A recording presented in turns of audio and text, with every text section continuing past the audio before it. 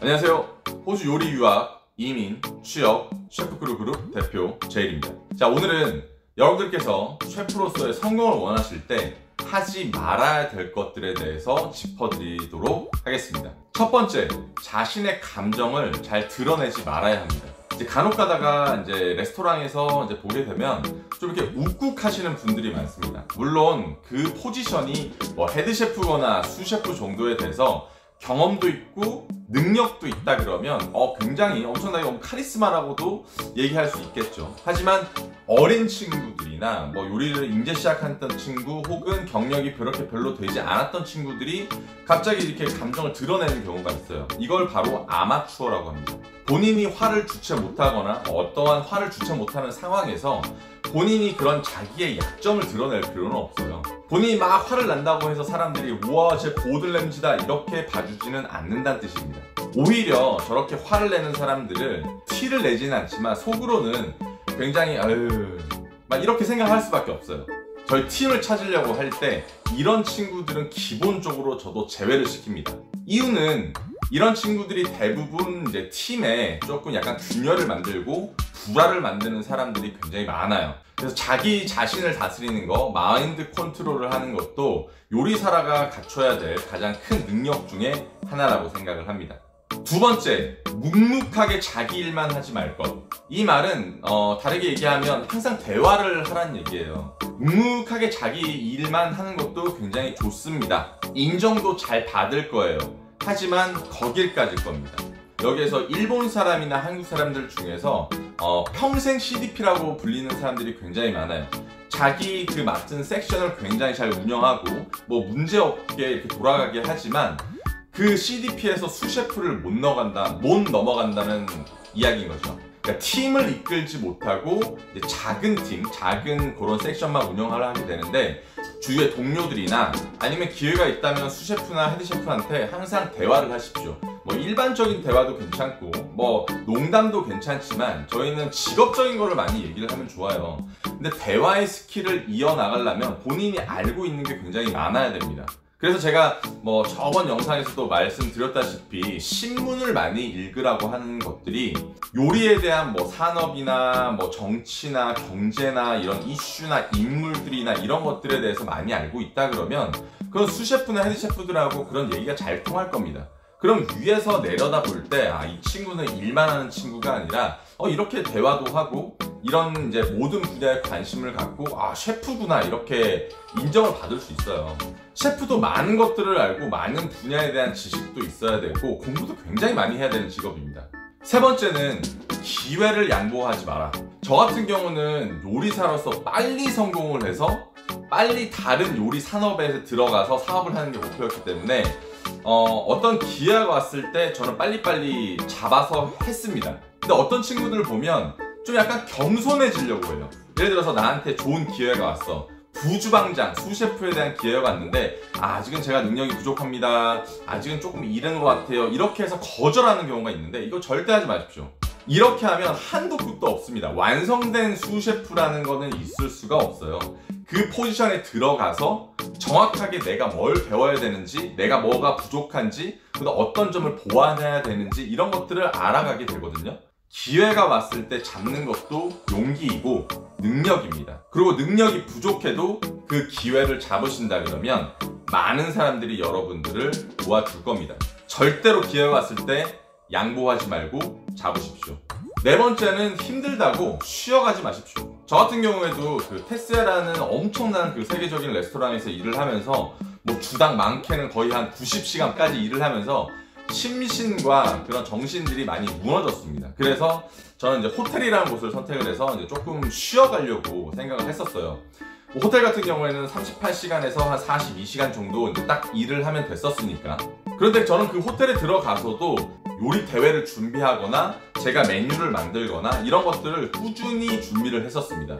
하지만 많은 친구들이 그런 파인다이닝에서 일을 하다가 중간에 너무 힘들어서 펍이나 카페로 이동을 하면서 안주하게 되는 경우를 많이 봐요. 물론 음식 스타일이나 내 라이프 스타일을 조금 여유롭게 만들면서 안주하는 거는 되게 좋습니다. 왜냐? 체력도 정신도 건강하게 돌아오기 때문에. 하지만 그 안에서 자기 개발은 항상 끊이지 않고 이루어져야 된다고 생각을 합니다. 5번째, 가장 중요한 포인트이긴 합니다. 사업 생각을 버려라. 많은 친구들이 요리사를 꿈꾸면서 내 사업을 해야지, 내 가게를 열어야지, 막 이런 꿈들을 굉장히 많이 꾸시는데, 제가 보니까 이게 현실적으로 어려운 일입니다, 사실은.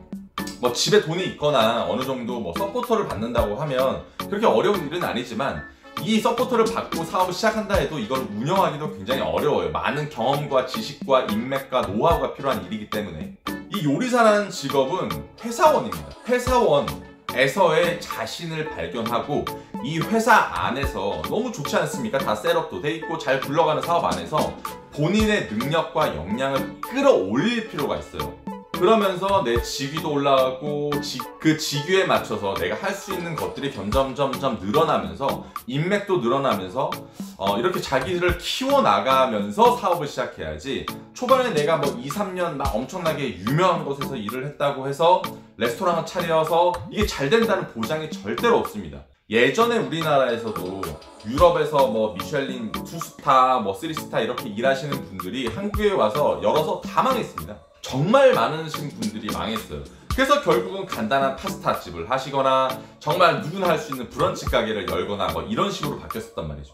요리사와 오너 셰프는 완벽하게 다른 얘기입니다. 어린 친구들이나 지금 이제 사업을 꿈꾸시는 분들은 내가 취업을 해서 그 회사원으로서 충분하게 성공의 가치가 있고, 사업보다 이렇게 성공하는 게 훨씬 더 쉽습니다. 돈도 더 잘 벌 수 있어요. 누구한테나 이태원의 꿈은 오지 않습니다. 그리고 하다 보면 저같이 그 요리 관련된 사업들에 대해서 좀 눈이 떠지실 거예요. 굳이 뭐 오너 셰프가 아니라도 여러 가지 요식, 그 방대한 요식 산업의 여러 가지 사업들을 여러분들이 생각을 하실 거니까 지금 여러분들이 어떠한 정의를 내리지 마시고 그 다음에 맡은 일에 충실히 열심히 하시길 바랍니다. 6번째, 잘난 척 하지 말 것. 뭐 항상 겸손하라는 말은 아닙니다. 본인이 잘하는 분야에서는 당연히 드러내야 되겠죠. 하지만 그게 너무 과하다 보면 결국은 고립이 되더라고요. 마지막 7번째, 자꾸 여러 군데를 자꾸 돌아다니지 마실 것. 여러 업장들을 경험해보는 것은 굉장히 좋습니다. 특히나 뭐 학생 때 같은 경우에는 한 2군데, 3군데 정도 옮겨 다니면서 졸업할 때 내가 어떠한 요리를 해야 되고 어떠한 업장을 선택할지에 대한 옵션을 많이 경험해보는 것은 굉장히 좋습니다. 하지만 이제 졸업 후에 풀타임으로 정직원으로 일할 이제 그런 자격이 된다 그러면 짧게 경력을 쌓아가지 마시길 바랍니다. 짧게는 2년, 길게는 3년 이렇게 경험을 하셔야 돼요. 어떠한 친구가 들어와서 내가 1년 뒤에 갈 사람한테 매니지먼트의 스킬을 가리키거나 뭐 관리직에 대한 스킬을 가리키는 건 아니에요. 결국에는 누구나 배우면 다 할 수 있는 기술에 대한 것만 가리킨단 말이에요. 이 업장에 2년 정도 일을 한다고 하면 그 업장의 뭐 메뉴에 대한 스킬부터 철학부터 사람을 다루는 스킬, 즉 가장 중요한 매니지먼트 스킬까지 배우고 나오기 때문에 이력서에는 점점 쌓이게 돼요. 결국에는 요리사도 회사원이고 팀을 이끌고 큰 기업을 이끌어야 되는 사람인데, 이런 잔잔한 기술 같은 경우는 결국은 굉장히 작은 분야를 차지합니다. 요리사는 관리직이에요. 사람을 다루는 직업입니다. 그래서 요즘에 어린 친구들이 뭐 해외를 돌아다니거나 여러 업장들을 돌아다니면서 자기의 이력을 많이 다양하게 쌓는 거를 원하시는데, 유명한 레스토랑, 명성이 있는 레스토랑, 세계적인 레스토랑에서 일을 했다고 본인이 인정받는 게 아니라는 거 꼭 알아두시길 바랍니다.